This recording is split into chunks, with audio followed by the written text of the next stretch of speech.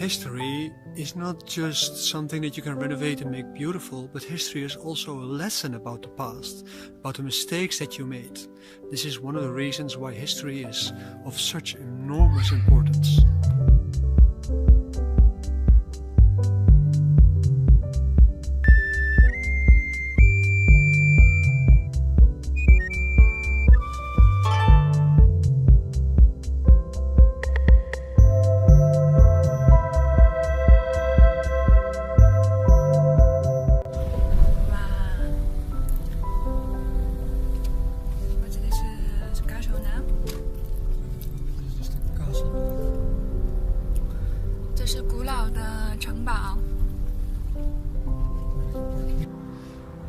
This is Enkhuizen. This is a small city in the northwest of the Netherlands.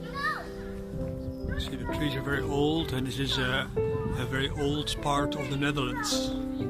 Essential part of Chinese medicine is the restoration of the relationship of the individual with both the ancestors and the history of the country or the society or the culture that you live in. Actually, all three of them, of course. But also your family relations are very important in achieving these kind of things. So this wholeness is not a matter of finding wholeness and healing within yourself, but healing within society as a whole. So healing can never take place as the result of the effort of one person. Healing takes place because of the effort of everybody. And the first and primal cause for this healing should be the government. So the government should, of course, first of all, create things which improve the lives of all the people, and especially the poor and the weak. So free medicine, free education, technical innovation, development, and so forth, all the things that make life more comfortable and do not create new problems.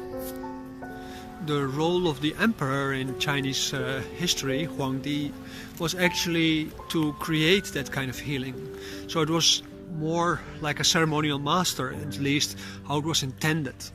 Of course, because people are easy to be corrupted, emperors as well, they used very often their power that was inherent to their function as healer also to enrich themselves or to create power or to take revenge because of non-solved emotional issues. And solving emotional issues, of course, for everybody, a very important part. And Lao Tzu said, you have to keep your life simple, otherwise you cannot resolve any issues. And because of not being able to resolve any issues, history becomes a mess, your personal history becomes a mess. And this is what is in Tibetan Buddhism called karma. Karma is the mess that you created by yourself because of not taking in consideration the rest of the world, the rest of your family, the rest of your life.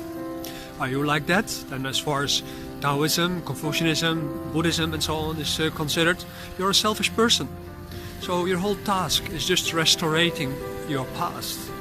And then in extension of that, restoring the way how people live in society as a whole. So do good things, perform good things, make sure nobody is hungry, make sure nobody has pain, nobody has disease. Don't take a profession that actually leads to the hurting of other people. So don't build guns, don't build guidance systems for guns, don't create a chicken farm where you have 25,000 chickens in one farm that all have to be killed because of one disease.